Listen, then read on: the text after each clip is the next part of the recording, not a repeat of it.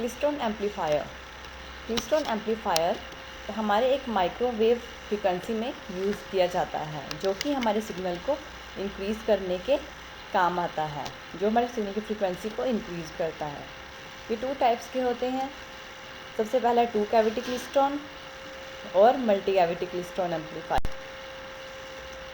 इसमें हम एक ग्लास ट्यूब का यूज़ करते हैं, जो कि वैक्यूम ग्लास ट्यूब होती है। ये हम एम्पलीफायर करने का वर्क करती है एंड लो फ्रिक्वेंसी पे ही वर्क करती है, जो कि किलो हर्ट्ज़ में होती है।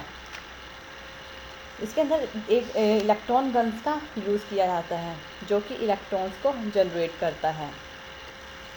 इसमें 2 कैविटीज़ का यूज़ किया गया है, इसलिए इसे 2 कैविटी क्लेस्ट्रॉन एम्पलीफायर बोला गया है। कलेक्टर यानी जो इसका एंड होता है ट्यूब का, उसको हम एज ए एनोड वर्क करवाते हैं, और गन साइड भी एक एज ए कैथोड वर्क करता है।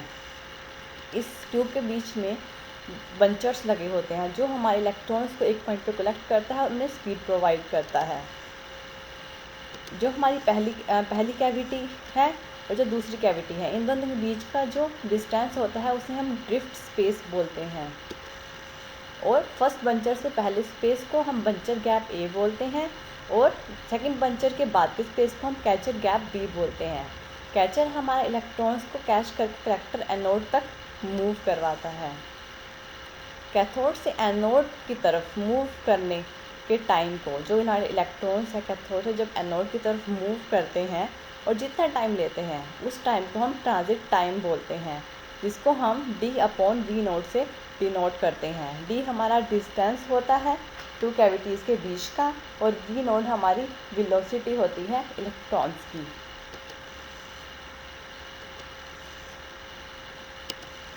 जब हम अपने ट्यूब को सप्लाई देते तो हमारे ट्यूब वर्क करना स्टार्ट करती है। हमारे इलेक्ट्रॉन्स कैथोड से एनोड की तरफ मूव करने लगते हैं। ये इलेक्ट्रॉन्स हमारे बंचर्स तक पहुंचते हैं, और जिस टाइम हमारे फर्स्ट बंचर पे इलेक्ट्रॉन पहुंचते हैं, उस टाइम पे हम रेडियो फ्रिक्वेंसी सिग्नल को इन करवाते हैं। इस टाइम पे हमारा रेडियो फ्रिक्वेंसी सिग्नल हमारे इलेक्ट्रॉन के साथ मिक्स होता है। मिक्स होने के बाद ये हमारे इलेक्ट्रॉन्स बंचर से सेकंड कैविटी की तरफ मूव करते हैं। अब हमारे इलेक्ट्रॉन्स ड्रिफ्ट स्पेस में मूव कर रहे हैं, जो कि 2 कैविटीज़ के बीच का डिस्टेंस है। बीच वाले जो इलेक्ट्रॉन्स होते हैं, जो 2 कैविटीज़ के बीच में होते हैं, उन्हें रेफरेंस इलेक्ट्रॉन बोला जाता है। ये हमारे सिग्नल को स्पीड प्रोवाइड करते हैं, और इससे जो पहले यानी फर्स्ट बंचर से पहले जो इलेक्ट्रॉन्स होते हैं, उसे अर्ली इलेक्ट्रॉन्स बोला जाता है। जब हमारे इलेक्ट्रॉन्स आगे की तरफ, जो हमारे रेफरेंस इलेक्ट्रॉन है जो आगे की तरफ मूव कर रहे हैं सेकंड बंचर की तरफ, उस टाइम के बाद हमारी 2 कैविटी से हमारा रेडियो फ्रिक्वेंसी सिग्नल आउट होता है, जो जैसे कि हमने कहा था कि हमारे क्लेस्ट्रॉन एम्पलीफायर हमारे सिग्नल को स्ट्रॉन्ग यानी कि बनाता है, उसकी एम्पलीफिकेशन करता है, और उस सिग्नल को हम फिर रेडियो फ्रिक्वेंसी आउट सिग्नल को हम स्पेस में सेंड कर देते हैं।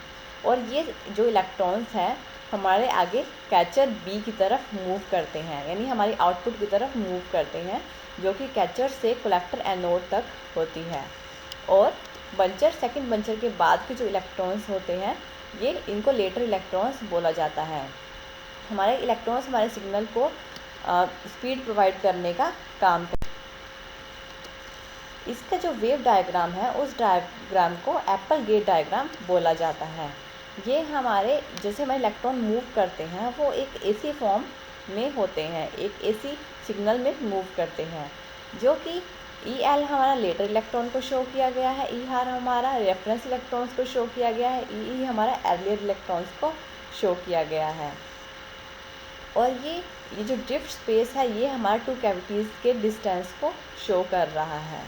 जब जो हमारे अर्लियर इलेक्ट्रॉन्स होते हैं, उस टाइम पे हमारी जो वेलोसिटी ऑफ इलेक्ट्रॉन्स होती है वो ज़्यादा होती है v से, और रेफरेंस इलेक्ट्रॉन के टाइम पे हमारी जो वेलोसिटी ऑफ इलेक्ट्रॉन्स होती है वो इज इक्वल टू होती है v के, और लेटर इलेक्ट्रॉन्स के टाइम पे हमारी वेलोसिटी ऑफ इलेक्ट्रॉन कम होती है v से। ये था हमारा 2 कैविटी क्लेस्ट्रॉन। लेकिन अगर हम मल्टी कैविटी क्लेस्ट्रॉन के बारे में बात करें, तो जब हम नंबर ऑफ़ कैविटीज़ या नंबर ऑफ़ 2 कैविटीज़ को एक साथ जोड़ देते हैं उसको हम मल्टी कैविटी क्लेस्ट्रॉन बोलते हैं। इलेक्ट्रॉन गन से हम इलेक्ट्रॉन्स प्रोवाइड करते हैं। फर्स्ट कैविटी से हम रेडियो फ्रिक्वेंसी सिग्नल को इन करते हैं।